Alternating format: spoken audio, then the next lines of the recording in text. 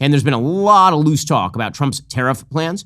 The reality is that an enormous amount of Trump's tariff plan is designed in order to generate wins from other countries.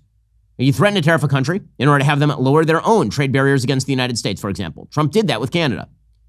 Use the threat of tariffs in order to change the deal on NAFTA. Trump did that. Trump is pragmatic. All he cares about is the level of economic success.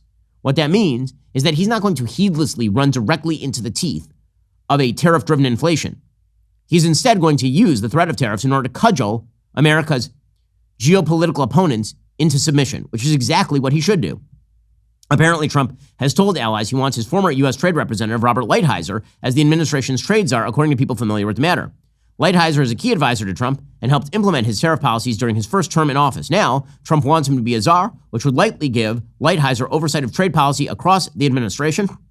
That position would not require Senate confirmation, allowing him to immediately have the power to start implementing Trump's tariff proposals shortly after the president-elect is inaugurated in January. It'll be interesting to see how all of the voices in Trump world bounce off of one another, but the team that he is putting together is really, really spectacular. These are really good people that he is putting in place. Meanwhile, we're already seeing the beneficial effects of some of his picks. Tom Homan, will you recall, is the border czar. Man, that guy is a bulldog. I mean, he looks like a bulldog. He acts like a bulldog. Here is Tom Homan speaking at the National Conservatism Conference just a few months ago, talking about what's going to happen next. So there's the secret.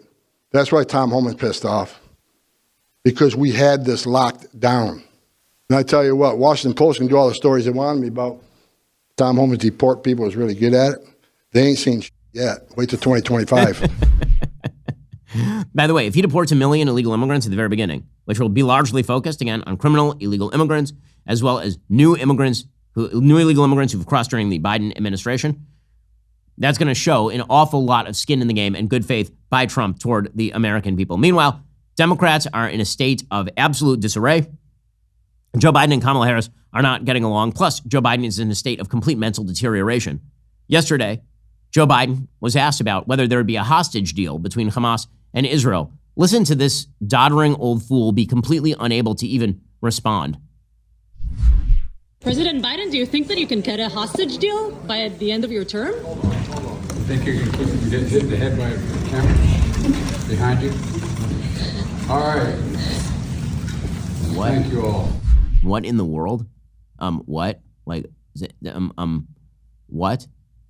Can you be hit in the head by a camera behind you? What? This person, I can't imagine why they lost. Why did they lose? It's a giant, giant mystery. Meanwhile, the tension between Kamala Harris and the Bidens is quite real.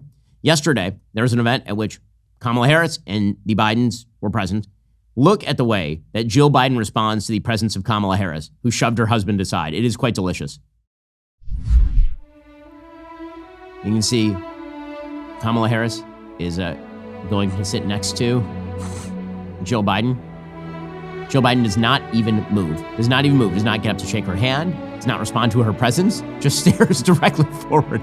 Joe Biden cannot. She cannot. It's amazing. For those of us holding our breath these past several months, we can finally exhale and get to work on the major issues facing the country. One of the most significant issues is the national debt. Of course, that fact is, and this is important, our nation is broke. Debt is a house of cards that simply cannot be quickly dismantled.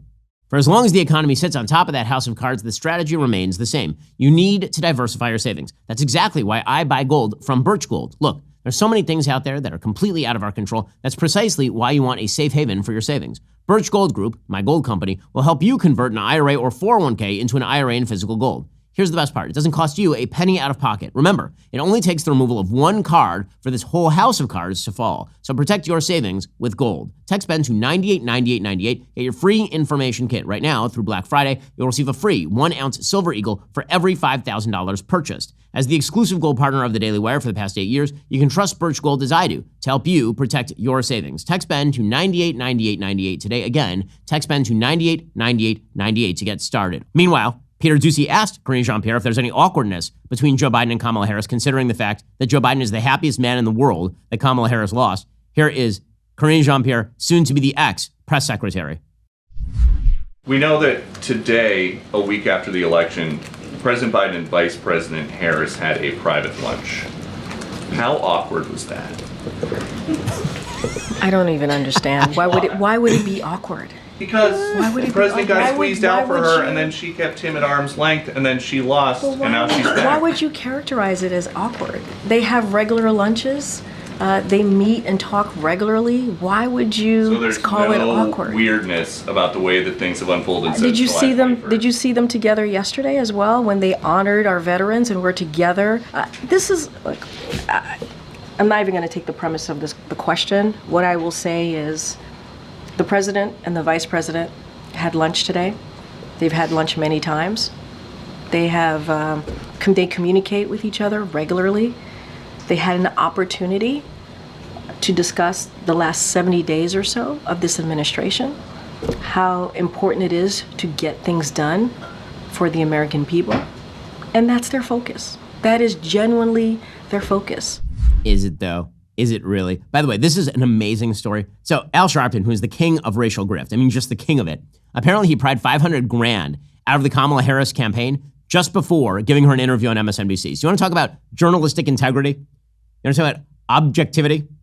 How about the fact that according to the Washington Free Beacon, Kamala Harris's presidential campaign donated $500,000 to Al Sharpton's nonprofit organization just weeks before the anti-Semitic MSNBC host, who once said that diamond merchant Jews have the blood of innocent babies on their hands, conducted a friendly interview with Harris. So they literally paid off the interviewer, apparently. The campaign's remittance to Sharpton's National Action Network was part of a flurry of donations, $5.4 million in all, to Black and Latino advocacy groups that seemed aimed at winning Harris support from those constituencies. Harris's campaign gave two payments of $250,000 each to National Action Network on September 5th and October 1st, according to campaign finance records. And then, on October 3rd, Sharpton aired a video of Harris wishing him happy birthday on his MSNBC Weekend show. And then he conducted a glowing interview with her on October 20th. Man, Al Sharpton, that dude always gets his taste, doesn't he? I mean, good, honestly, good for him. Seriously, that is a dude who uses every bit of leverage he can to enrich himself. And I guess, that is the way to do it in Democratic circles. Meanwhile, Democrats have a bunch of systemic problems on their hands. One of those systemic problems is that the number of split-party Senate delegations has been steadily shrinking since about 1965. If you look back to the mid-1970s, early 1980s, about 1/3 of all states had a split delegation, meaning one Republican and one Democrat who are their senators. Today, there are 3. Just 3 states have a split delegation. One of those is Wisconsin, one of those is Pennsylvania, and one of those is Maine. Now, Pennsylvania has been trending red. Wisconsin has also been trending red. Presumably, Maine, which has been trending blue, might split the other way, but you have 25 states that are complete Republican hold states. Both senators are red. And by the way, there's another state that if Republicans would, run people who are not Kerry Lake, they might win some Senate seats in Arizona. Arizona went for Donald Trump by 5 points. If they ran some good candidates in Arizona, there's little doubt in my mind that that state also flips back red. So you'd be talking about 26 states that are Republican in orientation in the Senate, which is 52 seats, which is a majority. Right now, just 22 states are pure Democrat blue states. Again, these are signs that bode ill for Democrats. Are you tired of the lies and the twists of the mainstream media talking points? Yeah, me too. Join me in my newest series, Fact, where I dismantle and bring truth to this tiring mainstream agenda.